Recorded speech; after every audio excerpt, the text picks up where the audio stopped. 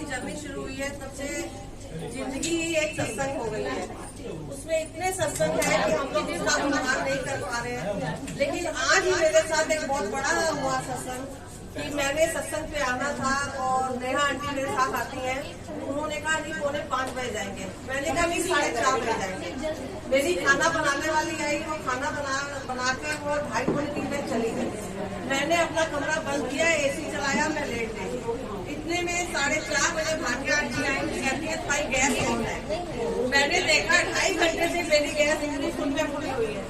पता नहीं आज मेरे घर में क्या होना था क्या नहीं होना था। ये गुरुजी ने ही रक्षा की, जो अपने नाम से उन्होंने मेरे घर को बचाया, मेरे बच्चों को बचाया। जय गुरुजी, उनका लाख लाख शुक्राना। जितना शुक्राना हम लोग गुरुजी का करें कम है। और अगर सत्संग खत्म हो गया हो तो सारी संगत चुपचाप बैठे, क्योंकि गुरुजी यहाँ पे अभी विराजमान होता है। उस जल प्रसाद को पूरा लिया जाए। उस बोतलों को, जो भी बोतल है, उनको पैरों पे ना रखा जाए और लंगर प्रसाद को पूरा फिनिश किया जाए। चाट के फिनिश करें। पता नहीं किस कर्म में आपकी वो ब्लेसिंग हो। अब एक मैं और सत्संग आपको सुनाती हूँ। मैं 2015 31 दिसंबर से जुड़ी हूँ। मेरे हस्बैंड 18 मार्च को 2018 में मेरे हस्बैंड की तबीयत बहुत खराब हो गई थी। इतने मेरे हस्बैंड को अटैक पड़ गए कि 4 मेजर अटैक और 7 माइनर अटैक हुए। हम लोग उनको हॉस्पिटल में एडमिट किया, लेकिन डॉक्टर भी हैरान था कि ये जिंदा कैसे हैं। वो गुरुजी की महिमा थी, गुरुजी की माया थी कि वो जिंदा थे। और शायद उन्होंने जो उनकी जिंदगी में रुके हुए काम थे उन्होंने वो पूरे करने थे, इसीलिए वो जिंदा थे। तो एक बार जो है सत्संग में ही एक आंटी को ड्रीम आया कि गुरुजी कह रहे हैं जल्दी जल्दी जल प्रसाद का भोग लगाओ। मेरा एक जो है भक्त बीमार है, उसको मैंने अपना जल प्रसाद और लंगर प्रसाद पहुंचाना है। तो वो उन्होंने जाके रत्ना अंकल के घर में सत्संग चल रहा था, तो रत्ना अंकल के घर में जाके कहा कि एक पता नहीं किसके यहाँ जो है लंग्स में पानी पड़ गया है और वो भक्त बहुत परेशान है, उनका ऑपरेशन गुरुजी कह रहे हैं मैंने करना है। रत्ना अंकल को मालूम था कि मेरे हस्बैंड बहुत ज्यादा बीमार है, वो मेरे नेबर थे तो उनको पता था। तो रत्ना अंकल ने कहा वो सब रितु भाजी के यहाँ है और उन्होंने जल्दी जल प्रसाद भोग लगाया। जल प्रसाद और लंगर प्रसाद उन्होंने मेरे घर में अंकिता आंटी ने भेजा कि ये जो है देव को हॉस्पिटल भिजवा दो। अब ICU में वो एडमिट थे, सीरियस थे, उनको कहाँ मैं भिजवाती। वो सब लंगर प्रसाद आपस में मिक्स हो गया और मैंने सिर्फ जल प्रसाद भिजवाया।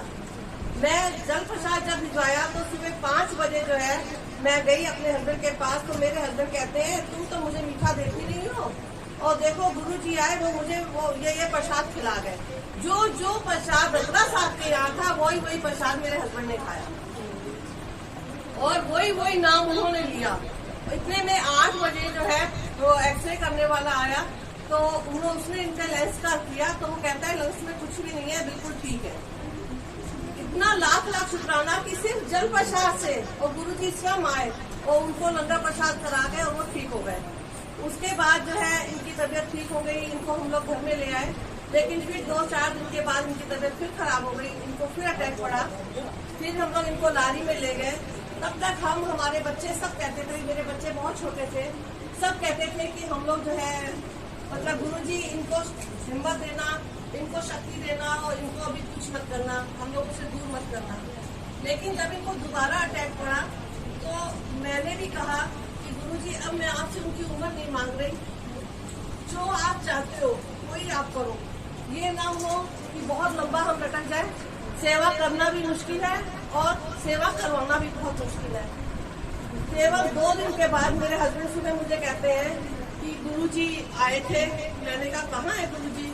अरे तुम तो मुझे मीठा खिलाती नहीं हो, मुझे देखो गुरुजी ने 4 पीस मिठाई के दिए हैं। मैंने कहा अच्छा गुरुजी तुम्हें बहुत मीठा खिला रहे हैं? कहते हैं हाँ देखो उन्होंने मुझे मीठा दिया है।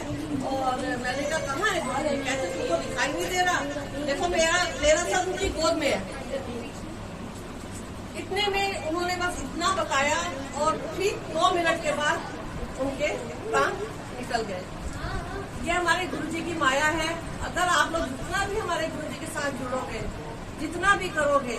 मेरे बेटे की नौकरी छूट गई थी इनकी बीमारी में, वो घर पे आया बैठ गया, उसको वहाँ पे छुट्टी नहीं मिल रही थी, उसने रेजिग्नेशन दे दिया। अब वो भी डिप्रेशन में चला गया, मैं अपने हस्बैंड को भी खो बैठी और मेरा बेटा भी डिप्रेशन में जा रहा था। अब मुझे कुछ समझ में नहीं आ रहा था। मैंने नेहा आंटी को कहा कि मैं तुम्हारे घर उसको किसी चीज को लेके भेजती हूँ और तुम जो है उसको कहो कि तुम उसको समझाओ कि वो बड़े मंदिर जाए। नेहा आंटी के घर में गया, नेहा आंटी ने और इनकी बेटी ने उसको समझाया तो वो बड़े मंदिर के लिए तैयार हो गया।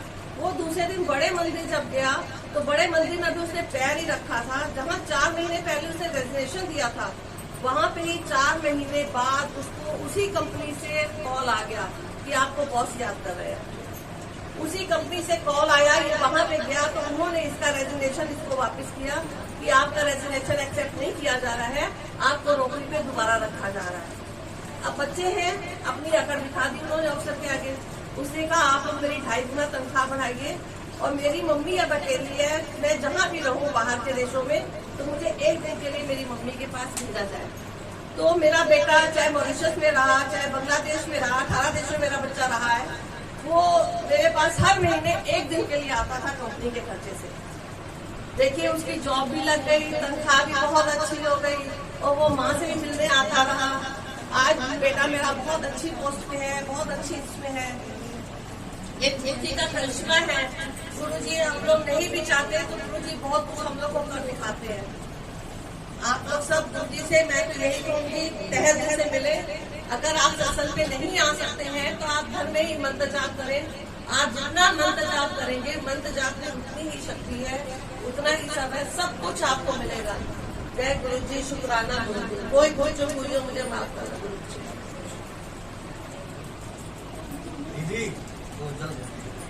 जय गुरुजी, शुक्राना गुरुजी, संगत जी। गुरुजी का सत्संग आज दिनांक 27 जुलाई 2023 को रीता आंटी जी के घर पर संपन्न हो गया है। गुरुजी के सत्संग में आई हुई प्यारी प्यारी संगत का भी शुक्राना। संगत जी, इतनी बार तो हम सांस भी नहीं लेते जितनी बार सदगुरु हमारी रक्षा करते हैं। जय गुरुजी, शुक्राना गुरुजी। संगत जी बोलो जय गुरुजी।